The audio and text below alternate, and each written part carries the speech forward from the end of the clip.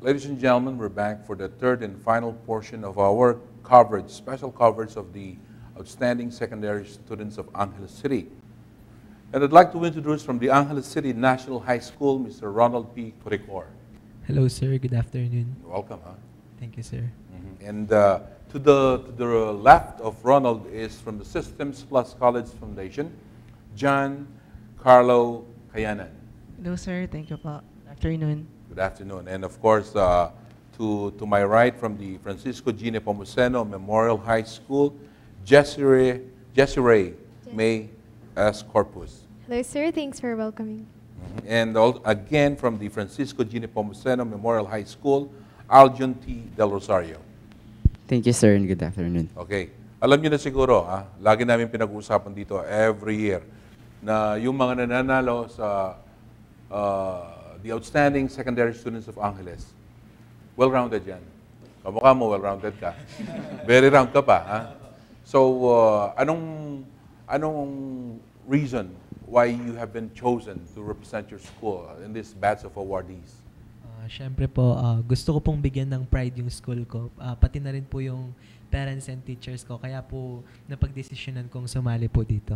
Tapos, sa search po na to. ano yung nilaban mo? Ano yung mga nilaban mo? Yung mga nilaban ko po, yung activities? Mga different activities po namin, yung pong mga certificates po namin, and yun din po mga scholastic rating po namin. So, are you going to receive any, or something this graduation from your school? Yes, sir. Ano yun? Pwede bang pagyabang mo? Actually po, sir, ako po yung class valedictorian po ng school namin this school year. Talagang feeling valedictorian ka na rin, ha? Okay. And hindi pa kayo nag-graduate? Hindi pa po. Sa Friday pa lang po. Malapit na, ha? Apo. So, double celebration sa bahay? Nag-Arkila po kami na resort. Okay. That's good. Because if I'm your daddy, pag-aarkila pa kita ng mga saraw-saraw para mag-invite ng mga yung maraming bisita. Siyempre, pag proud ang parents, hindi mo mabibili yan. You know that, right? Apo. Eh, si si John. Yes po. Siguro po yun po. To give honor din po sa school, sa Systems Plus po. Yung para po, may pakita po na yung school po namin has its wits po para po na matawag po siya na maganda pong school po. At maganda naman yung school nyo, di ba? Yes po. Kayo, parang, it's not as big as the other schools. Yes. Pero in terms of technology, sa mga bagong mga gamit, Yes, may edge naman. May edge po kayo, di ba? Yes po. Yun ang pinagmamalaki nyo, Yes systems, right? Okay, and what will you be in 4 years after this your graduation? Maybe po siguro mag-work po muna sa medical fields ko po. Then I'll pursue my doctorate po. Yung magdo-doctor po ako para po kasi yun po ang passion ko po is for the medicine. Ano, Doctor of Medicine? Yes, Doctor of Medicine po. Anong field of specialization? Siguro po yun nga it's pediatrics po. Pediatrics, okay. Or neurology. Wow, parehong Kasi yan, parehong interesting yan, ha? Yes po. Kasi neurology kasi, yung lolo ko po is nagka-stroke. Parang naging po sa akin na, yun nga po, nagkaroon po kasi ng problem po, financialities po. Kaya po, gusto ko po neurology po. Okay, good. And you, ma'am? Jessie? Ano po kasi sa akin, ever since I've heard po yung TOSA, and I started po na sumali po sa iba't ibang extracurricular activities po sa school namin. And natuto rin po ako na mag-budget po nung time. That is why po, yung pagdating po sa curricular and co-curricular activities po, na-balance ko po siya. Tsaka, nung pa po, So what are your activities other than the classroom activities? Being the SSG president po, student council president po ng school namin and of the whole division of Angeles City po.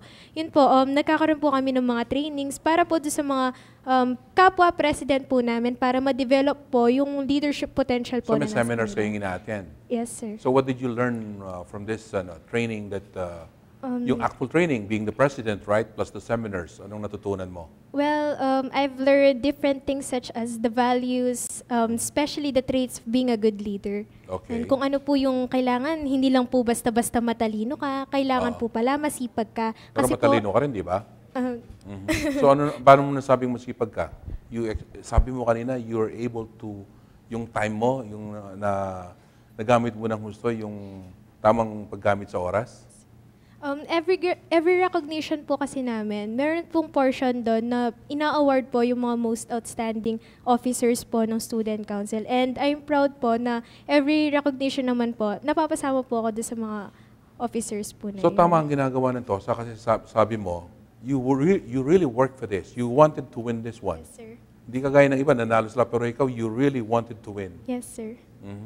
So it's true na yung TOSA is an inspiration to many students like you. Yes, sir. Very.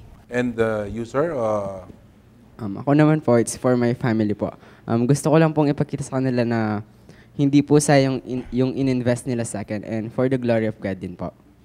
and what have you been doing? Kasi hindi lang sa fourth year kayo magaling eh. First year, siguro magmula ng elementary, consistent na yung... I mean, the others are late bloomers, but are you a late bloomer or have you been a consistent good student? Nung pong first year, rank 6 po ako then. Naisip ko po yung mag-focus po sa studies ko tapos naisip ko din po mag-aim ng high. Kasi po nakikita ko, gusto ko pa talagang pagkita sa parents ko na hindi sayang yung ini-invest nilang pera sa akin sa araw-araw na binibigay nilang baon. So, yon nung second year po, thank God, nag-rank 4 po. Tapos nung third year po, nag-rank 3. Then ngayon po, ako po yung first honorable mention ng school namin. Okay. Tinitingnan ako ni valedictorian eh. So, anong sa college, anong kukuhanin mo? Accountancy po. Accountancy. And you? Accountancy. Desiree? Accountancy, yes, sir. Accountancy rin. Okay. And ikaw, nabanggit mo na ba? Education. Sige, si doktor eh. Education po. Education. Apo. Why education? Yung iba ngayon, ini-small yung education. Pero ikaw, why education? Kasi dami-daming kumukuha ng nagme-mestra, sabi nila, why education? Yun po yung passion ko. At saka gusto ko rin pong sundan yung yapak nung papa at mama ko po. Kasi po, parehas po silang teachers. That's a noble profession, right? Apo. You know, Yun nga po, sinasabi po nila, maliit lang daw po yung sweldo sa teaching, ganyan daw po. Pero ako po, hindi po yung sweldo yung iniisip ko. Kasi po alam ko po, pagiging teacher po, more on mission po siya and vision po. vocation, Apo. talagang... Yun po talaga yung gusto ko. Simula po nung bata ko, talagang yun po yung gusto ko. So talagang, that was a dream, huh? Apo. Inspired by your parents? Apo. Supported po And nila. anong tuturo mo? Mga Biology po yung gusto kong kunin. college ba yan? Or ayaw mo ng nursery? Ganyan? High school po. Ayoko po.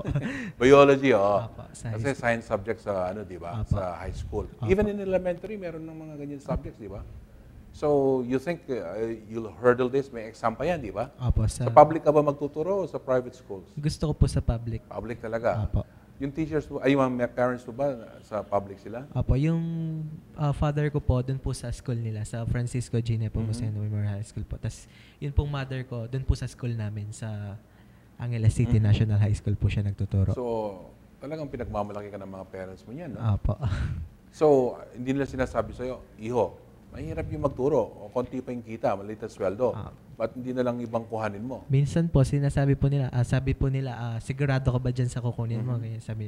Kasi kami, alam lang namin i-budget yung time namin. At saka, marunong kami mag-motivate ng students. Dapat magaling ka sa ganun, sabi nila. Dapat effective yung pagtuturo mo, sabi nila. Kaya, Tama. dapat maging sigurado ka sa kukunin mo. Sabi You ko. motivate and you inspire your Apo. students, di ba? And you think you can do that. And I am sure you can do that. Apo. Eh si Doc naman, Yes, po.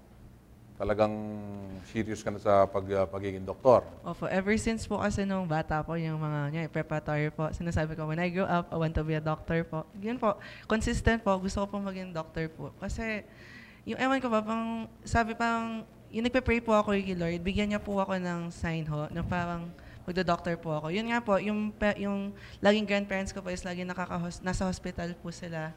Tulad ngayon po, 3 months na po naka-hospital po. Yung gusto ko po siyang maging po doctor po para po yung to treat them, ako po mismo magti-treat po sa kanila. Ikaw na mag-aalaga sa kanila. Yes po. Okay, that's good.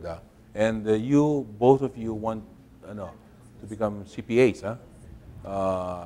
Gusto yung, bakit naging nai-inspire kayong kumuha niyan? Ako po, kaya accountancy po. Kasi yung pong pag sabi po kasi ng accountancy, usually po kasi sinasabi po, dapat magaling ka po sa math.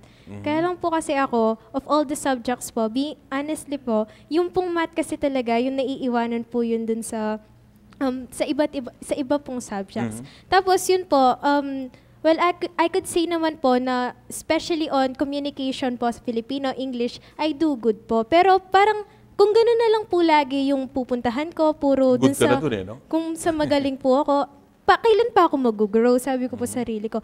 Maybe it's time po, napuntahan ko po yung mga fields na hindi po ako ganun kabihasa para mas lalo pong maging bihasa po ako dun sa subject po na Pero iyon. you're confident you can hurdle it, right? Yes, sir. That's good. And si Aljon naman. Honestly po, parang second choice ko lang po yung yung accountancy. Tapos ang dami pong nagkakantsaw sa akin. Hindi porket magaling ka sa math, accountancy agad, ganun. Sigurado na po talaga ako sa accountancy. Before pa po, plan ko na po talagang i-take yung accountancy. Okay. Desiree, sabi mo ikaw, na-inspire talaga and you really wanted to win this one. What do you want to tell yung hindi pa nag-graduate, yung mga next year na pwedeng manalo rin ng TOSA? What I could say po, yung if ako po nagawa ko and magagawa rin po nila kasi po you can do what others can do and only you can do better. Parang si Lord po, sa lahat po ng ginagawa natin, may purpose po siya.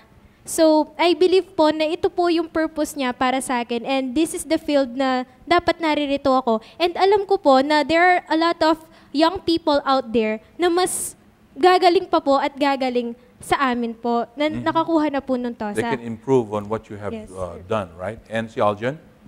Aljon, anong masasabi mo sa mga gagraduate in the future? Sa mga gagraduate po in the future, minsan po, masasabi natin sa sarili natin yung napapagod na tayo, yung parang hindi na natin kaya. Pero minsan kasi nakakalimutan natin mag-hold on kay God. So, in everything that we do, let us put God first po. Very good. And Doctor? Yes po. So, sa mga mag-graduate po, ang anong ko po is strive further for tawag doon po, yung do good pa po, yung gawin pa po nila, yung make their parents proud po. Kasi yun na lang po yung mabibigay po nila sa parents as yung sukli po sa mga paghihirap po nila para sa atin po. Then yun, aim for higher grounds po. Right. And si Ronald? Hindi naman pong sa akin, ang naging key ko lang po para po marating kung ano man po yung narating ko ngayon is yung determination po. Kasi po yung determination, yun po yung parang pinaka-antidote para po makuha mo kung ano man po yung gusto mong ma-achieve sa buhay. Alam ko po na yung mga gagraduate pa lang po, kaya po nilang marating kung ano man po yung narating namin. Basta maging strong-minded lang po sila. And wag po nilang kakalimutan si God. Okay. So, yan mga kompleto kayo. Yung talagang nag-aaral, nagpupursige, tapos marunong magdasal. And I think that best describe yung mga awardees ng TOSA. No? And I'd like to congratulate po yung organizers po, mga sponsors po nito, mga kaibigan, sa kanila pong ginagawa. Hindi ho madali ito.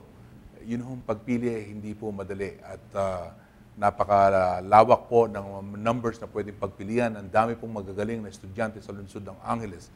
And for them to choose 10 or 11 annually from the thousands who will graduate po is something that will really make yung mga parents proud, pati yung schools po, pati po yung lungsod. And I'm very, very sure that they have better chances of improving because they know that they have a bigger responsibility now. Mga winners po ng TOSA, hindi pwedeng magpabaya. Ay, naku, nanalo na ako ng TOSA, graduate na ako ng high school, yung college po, pababayaan po natin.